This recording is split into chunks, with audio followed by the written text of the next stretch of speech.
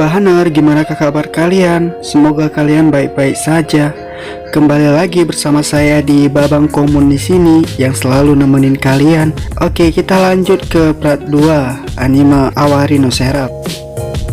Setelah pertemuan itu, Yu dengan Yoichi serta Shinoa pun akhirnya berteman. Yu pun kembali menjalani kehidupan sekolahnya yang menurut dia sangat membosankan. Namun di saat dia sedang melewati masa pelajarannya di sekolah itu, tak lama kemudian terdengar sebuah kabar dari sekolah dia bahwa sekolahnya itu sedang diserang oleh seorang vampir yang sedang berada di ruang dan menghisap darah para siswa di situ. Dengan rasa dendam yang menyelimuti hatinya, Yu pun marah dan emosi serta berlari cepat ke arah tersebut. Shinoa sudah berusaha untuk mencegahnya, namun itu tidak akan mampu menghentikan keras kepala Yu yang ingin menyelamatkan para siswa tersebut dan ingin menghajar vampir habis-habisan. Yoichi pun ikut dengan mereka, walaupun dia terlihat sangat penakut dan berhati lemah, namun dia tetap memberanikan tekadnya untuk ikut menyusul Yu yang akan membunuh para vampir yang telah membunuh keluarganya. Ketika Yu sudah menemukan vampir tersebut, dia pun melihat bahwa vampir itu sedang menekam seorang siswa di atas meja dan ingin menghisap habis darahnya. Namun dengan sigap, Yu langsung mengambil pedang yang tertancap di lantai dan membunuh vampir tersebut. Namun tidak semudah yang ia bayangkan karena vampir tersebut lumayan kuat dan tidak dapat dibunuh dengan pedang biasa. Yang terpenting bagi Yu adalah menyelamatkan siswa tersebut. Akhirnya Yu bisa mencegah vampir itu dengan menusuknya berkali-kali. Walaupun itu tindakan yang tidak berguna, mencegah vampir itu yang ingin menghampiri dan menghisap siswi yang pingsan di atas meja itu. Ketika dia ingin mencabik Yoichi, akhirnya dihentikan oleh Yu dan Yu akhirnya dilempar keluar jendela oleh vampir wanita itu, dan vampir wanita pun terikut terlemparkan keluar oleh Yu. Namun Yu tak kuasa menahannya lebih lama. Akhirnya vampir itu tertebas dengan pedang iblis milik Guren. Meskipun Guren sedikit terlambat,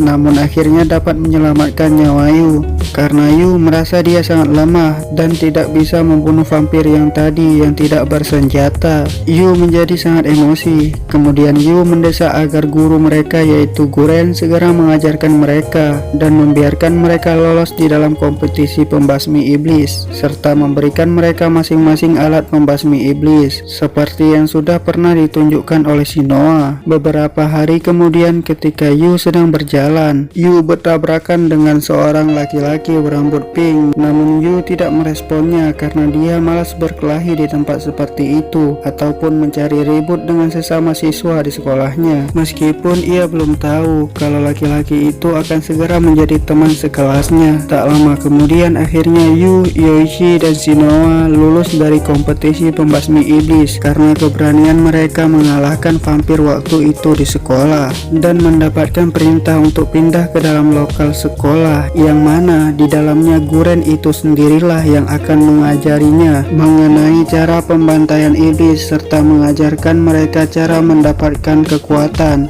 melalui alat yang akan membuat mereka melakukan kontrak dengan iblis. Ketika Yu mulai memasuki ruang kelas yang telah diperintahkan tadi, Yu akhirnya bertemu kembali dengan seorang pria yang berambut pink tadi. Ya, pria itu adalah pria yang ditabrak olehnya tadi. Dia tidak menyangka bahwa pria itu satu ruang dengannya dan akhirnya terjadilah percecokan kecil yang sangat menyebalkan di dalam kelas tersebut, yang mana seharusnya Guren memperkenalkan Yu malah berakhir dengan percecokan yang tak berguna dari mulut mereka berdua. Walaupun Yoichi sudah berusaha meleraikannya, namun tetap saja mereka bercekcok dan akhirnya setelah beberapa saat mereka tenang. Dia akan menganggap lulus setiap siswa yang dapat bertahan dari serangannya dan dia akan segera membawa menuju ke tempat di mana dilakukannya kontrak dengan iblis dan itu akan menjadi pondasi kekuatan mereka. Kemudian di saat yang tegang tersebut dan mencengkam, Guren menyatakan bahwa dia hanya menerima murid yang lulus saja. Jika murid-muridnya mati menerima serangannya, maka dia tidak akan bertanggung jawab karena Nah, di sini yang kuatlah yang akan jadi pemenangnya. Tanpa bertele-tele, Guren pun menancapkan pedangnya ke dalam lantai ruang tersebut, dan akhirnya ruang tersebut dipenuhi dengan aura iblis yang sangat mencengkam serta membuat para siswa banyak yang pingsan dan sesak nafas. Banyak yang tidak sanggup berdiri.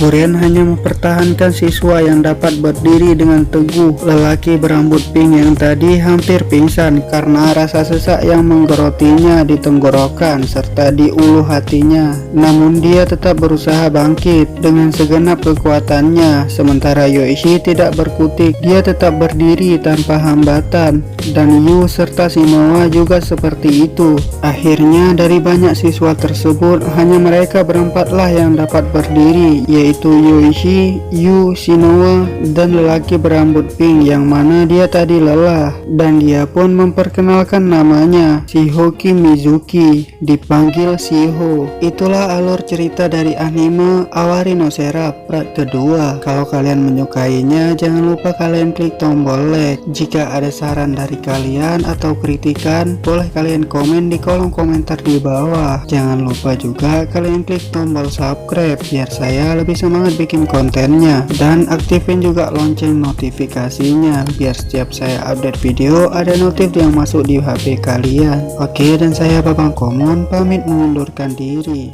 Bye bye.